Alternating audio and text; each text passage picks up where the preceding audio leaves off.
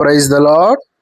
ఈరోజు దేవుని వాక్యం, శక్యమైతే మీ చేతనైనంత మట్టుకు సమస్త మనుషులతో సమాధానముగా ఉండుడి. రోమీలకు రాసిన పత్రిక 12వ అధ్యాయము 18వ వచనము. ప్రభునందు నాకు అత్యంత ప్రియులారా, మన జీవితంలో ప్రార్థన, విశ్వాసం ఎంత ముఖ్యమో తోటి మనుషులతో మన సంబంధాలు కూడా అంతే ముఖ్యం. దేవునితో సమాధాన పడిన మనం మనుషులతో ఎలా ఉండాలో ఈ వాక్యము వివరిస్తుంది. శక్యమైతే సమాధానం అనేది ఇద్దరు వ్యక్తుల మధ్య జరిగే ప్రక్రియ. కొన్నిసార్లు మనం ప్రయత్నించినా ఎదుటివారు గొడవకే ప్రాధాన్యత ఇవ్వవచ్చు.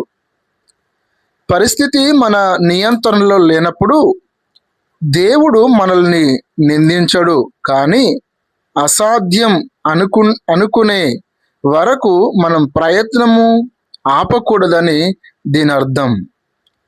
మీ చేతనైనంత మట్టుకు, ఇది చాలా కీలకమైన మాట. శాంతి కలగడానికి మీ వంతుగా మీరు చేయగలిగిందంతా చేశారా? తగ్గి ఉండడం, క్షమించడం, మౌనముగా ఉండడం, లేదా ఒక అడుగు వెనక్కి వేయడం, ఇవి మీ చేతనైన పనులు. వాళ్ళే తగ్గలేదు, నేనెందుకు తగ్గాలి అనే అహంకారాన్ని విడిచిపెట్టడమే మన చేతనైన పని. సమస్త మనుషులతో, కేవలం మనకు ఇష్టమైన వారితోనే కాదు, మనల్ని ద్వేషించేవారు, మనకు విరోధులు, మన పట్ల కఠినంగా ఉండేవారితో కూడా సమాధానముగా ఉండాలి. లోకం గొడవకు గొడవ అంటుంది, కానీ వాక్యము సమాధానాన్ని కోరుకుంటుంది. క్షమించే గుణం సమాధానానికి పునాది. క్షమాపణ యేసుక్రీస్తు శిలువపై మనల్ని క్షమించినట్లు మనం ఇతరులను క్షమించాలి.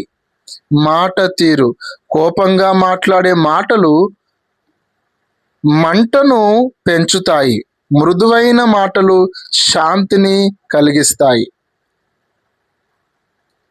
ఎవరితోనైనా సమాధాన పడడము మీకు కష్టంగా అనిపిస్తే వారి కోసం ప్రార్థించడం మొదలు పెట్టండి.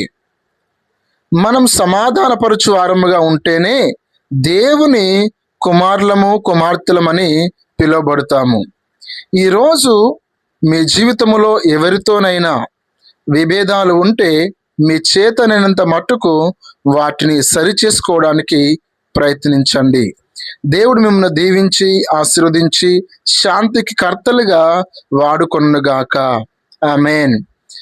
పరలోకమందున్న పరమ తండ్రి, మీకు వందనాలు చెల్లిస్తున్నాము దేవా. ఈ సమయంలో ప్రభా, మీ లేఖనాల ద్వారా మాతో మీరు మాట్లాడిన విధానంకై మీకు స్తోత్రాలు అయ్యా. మా చాదరైనంత మట్టుకు సమస్త మనుషులతో సమాధానం ఉండడానికి సహాయం చేయండి. మా జీవితంలో ప్రభా మీకు వందనాలు. క్షమించే గుణమును, మంచి మాట తీరును, ప్రార్థనను మీరు మాకు దయచేయండి. మిమ్మల్ని పోలి మేము జీవించే వారికి ఉండే కృపనివ్వమని యేసే నామములో ప్రార్థిస్తున్నాము తండ్రి. ఆమేన్.